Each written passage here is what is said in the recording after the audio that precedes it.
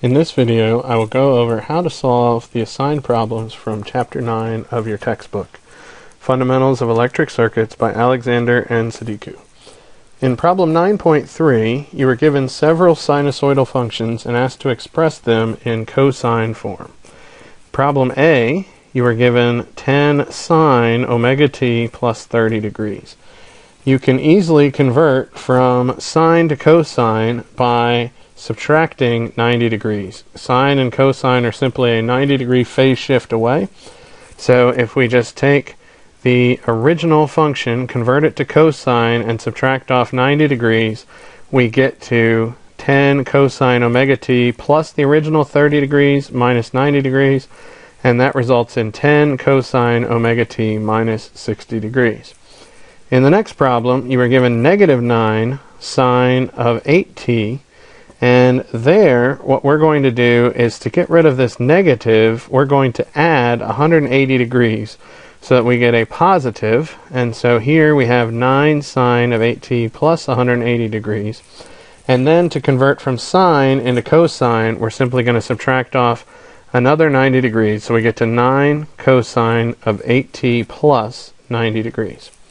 In the third problem, you were given negative 20 sine of omega t plus 45 degrees. We're going to again try to get rid of this negative by adding 180 degrees. So that gets us to 20 sine of omega t plus 45 degrees plus 180 degrees. So that gives us 225 degrees. And then we're going to convert to cosine just by subtracting 90 degrees here. So we see 225 minus 90 gives us a plus 135 degrees. So that is everything you needed to do in problem 9.3. Let's move on to problem 9.9. In problem 9.9, you were asked to evaluate and report your answer in polar form. And in the first problem, part A, you were given some things in polar coordinates as phasors, and you were given other things as complex pairs. And so in the solution here, what we're going to do is do a lot of manipulation to get things into polar coordinates so that we can do division. And in order to add some things together, we're going to try to get some things over common denominators. We're going to try to convert back and forth between polar coordinates and complex pairs. So here is what we are originally given. We're going to leave the 5 and 30 degree phasor as it is for now, and what we're going to do first is convert this 3 and 60 degrees into a complex pair and then divide it out. So this is one way you could approach this. So the 30 and 60 degrees we can break into a complex pair by taking 3 cosine of 60 degrees plus 3j sine of 60 degrees. We could have also started out by converting the 2 plus j into a phasor form and then dividing that to get a single phasor here. Either way will work. But if we go through this, now we get down to here. We still have our 5 phasor 30 degrees, 6 minus 8j. And on the top, our cosine of 60 degrees we know is 1/2. And our sine of 60 degrees is square root of 3 over 2.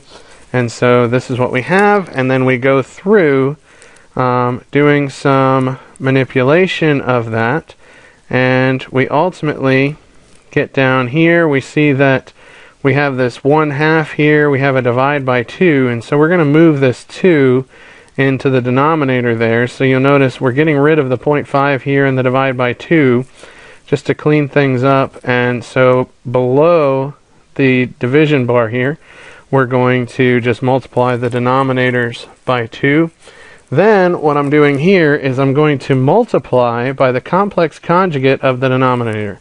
So that way I can get a real value into my denominator and then combine that with this complex pair over here. So what I ultimately want to get toward inside of the parentheses is a single complex pair. And so I'm going to multiply numerator and denominator here by 4 minus 2j, which is the complex conjugate of 4 plus 2j, so I get a 16 plus 4 down here. And then in the numerator, as I distribute 4 minus 2j all the way through, you can see what you get on the screen there. Now, I want to get everything over this common denominator of 20, so in order to do that, I'm just going to multiply both of these terms by 20, so I get 120 minus 160j. So now everything is over this common denominator of 20. And now what I'm going to do is take that 20 and I'm going to just divide that by the amplitude of the phasor out here. I'm just going to get rid of that inside. I can do that because this is really just talking about an amplitude, and if everything is divided by 20, we can just divide the amplitude out. So now I've gotten to 5 divided by 20 is 1/4 or 0.25. I'm maintaining the 30 degrees, and now everything that was in the numerator I'm going to clean up. So now I have my real portion here, I have my imaginary portion over there, and so now what I'm going to do is convert this complex pair inside of the parentheses into phasor form. And so I still have my phasor out front here, and then in order to get the magnitude or the amplitude of the phasor, I'm going to take the square root of the real part squared plus the imaginary coefficient squared, and then I'm going to find the angle using the inverse tangent of the imaginary coefficient divided by the real coefficient. And so now I have two phasors, and in order to simplify this, I'm going to multiply the amplitudes together, so I get 0.25 times the 203.38, and then I'm going to simply add the phase offset. So I get a 30 degrees minus 45.56, and that ultimately results in a phasor of 50.845, phasor minus 15.56.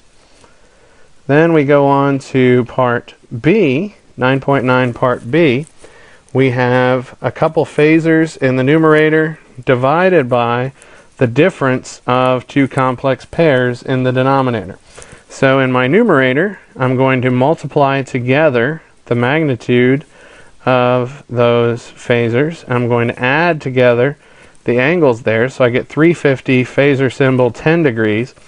I'm going to add together the components of the complex pairs in the denominator, so I get 2 minus 5 gives me negative 3, 6j minus j gives me j5, and now what I'm going to do is convert this denominator into a phasor, so I get the r value by taking the square root of 3 squared plus 5 squared, and then I get the angle by taking the inverse tangent of 5 divided by the negative 3, and I just used MATLAB to figure that part out. And so what I get down to is this phasor here in the denominator, 5.831, phasor 120.96 degrees. And I still have my 350 phasor 10 degrees in the numerator, and I divide these two phasors, so I divide the amplitude and get the 60.02, and then in my phasor symbol I simply subtract the two angles. And so my final answer here for part B of problem 9.9 is 60.02, phasor symbol negative 110.96 degrees. Now in problem 9.13, what I'm asked to do is to evaluate this complex pair. And so what I'm going to do is I'm going to take these complex pairs, I'm going to convert all four complex pairs into phasors, because I can easily divide phasors just by dividing the amplitude and subtracting the angle. So my 2 plus j3 I'm converting to phasor here, 1 minus j6 I convert to phasor right there. Add that to 7 minus j8, there's the phasor notation there, divided by negative 5 plus j11. And so I've converted everything to phasor. Here you can see the result of that. Then I just divide these two phasors by simply dividing the amplitude and subtracting the angle. Divide this amplitude, subtract that angle, and I get down to the addition of two phasors. Now what I'm going to do is convert these two phasors back into complex pairs. And so I break this into 0.5928 cosine of 136.8476 degrees plus 0.5928 j sine of 136.8476 degrees. And then I do the same thing over here. I add that to 0.8798 cosine of negative 163.2581 degrees plus j times 0.8798 sine of negative 163.2581. And so ultimately, I get to this final complex pair there. In part B, I have a very similar problem, but this is starting out all in phasor notation. And so in this case, what I'm going to do is start out by multiplying the phasors in the numerator, multiplying the phasors in the denominator. So I get here, I multiply my amplitudes, I get 50, I add my angles, and so I get 10 minus 40 gives me negative 30 degrees. Do the same thing in the denominator, there's what I get. And then what I end up doing is dividing these two, so I divide the amplitudes, and then I end up subtracting the angles. As it turns out, these two angles are exactly the same, so I get 0 degrees for that, and so I can just leave that off and just get the ratio here, and so this works out to be negative 2.0833. You could write this out as this amplitude, which is negative 2.0833, times cosine of 0, which is just 1, plus j sine of 0 times that amplitude. But of course, sine of 0 just goes to 0. So this simplifies simply down to just a real part in part B. In part C, we are asked to find the determinant of this 2 by 2 matrix here.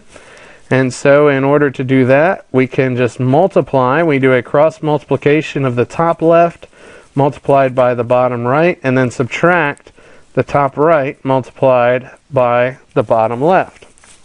And so here you can see the multiplication of these complex pairs, and we are distributing everything on through. And then over here, we are simply adding 4. This minus negative j2 times negative j2 just works out to a plus 4. This is the distribution there. Once we get together our real and our imaginary parts, what we end up with is simply a 14j plus 35. Moving on to problem 9.25, what we are asked to do here is to determine I of t using phasors. And so here we have a differential equation. We have 2 di dt plus 3I of t equals 4 cosine of 2t minus 45 degrees.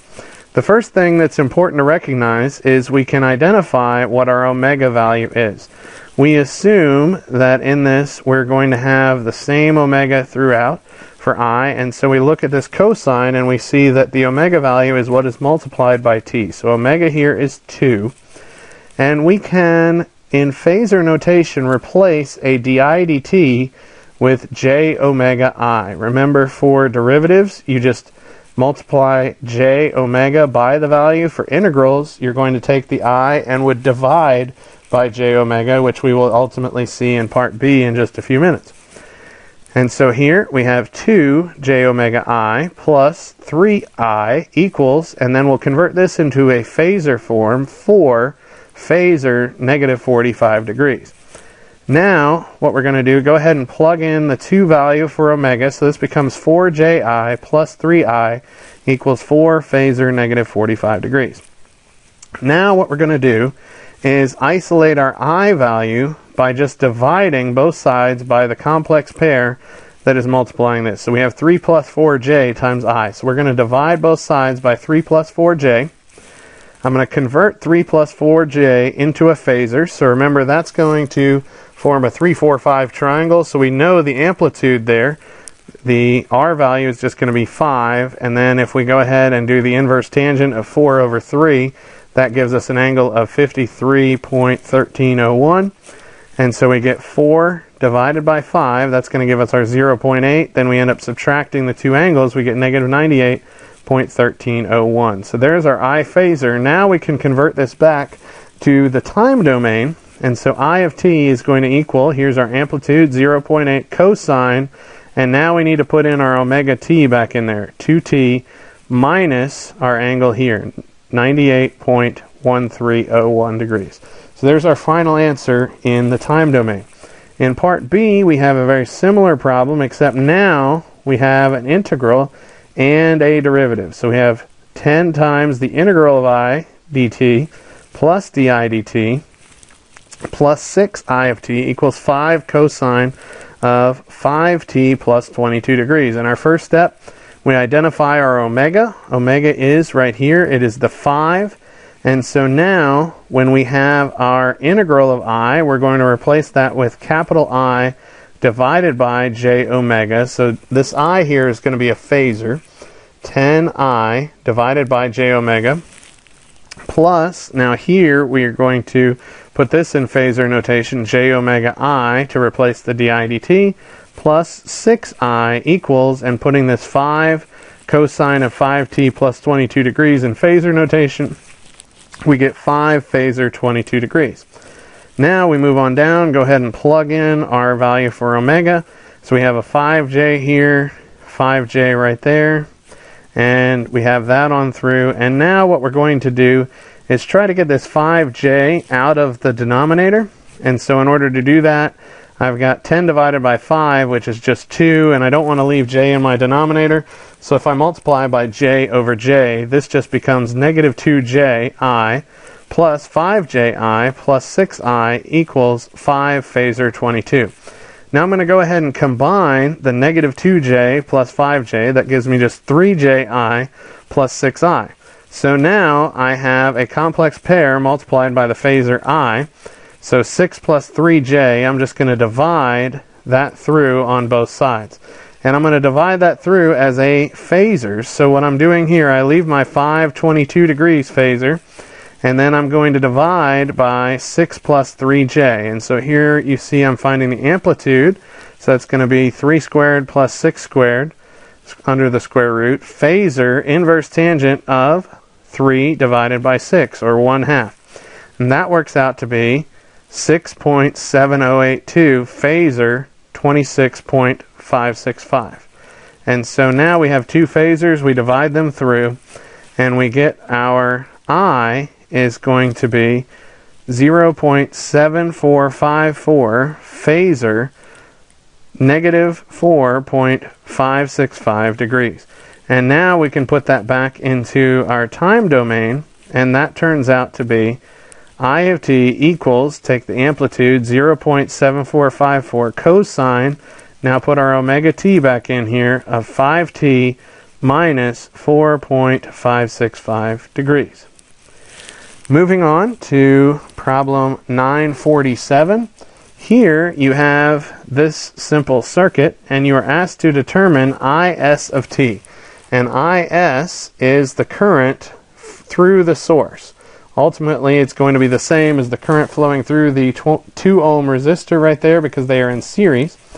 You're given that the voltage of this voltage source is 115 cosine of 2000 t. You're given that you have a 2 ohm resistor here, a 2 millihenry inductor, a 20 ohm resistor over here, and a 50 microfarad capacitor in the middle.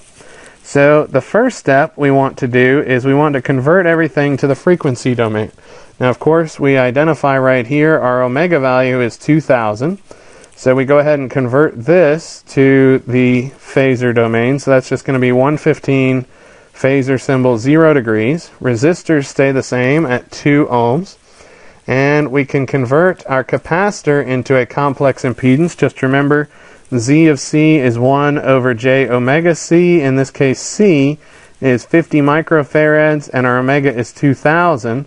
So this works out to be 1 over j times 2000 times 50 times 10 to the negative 6.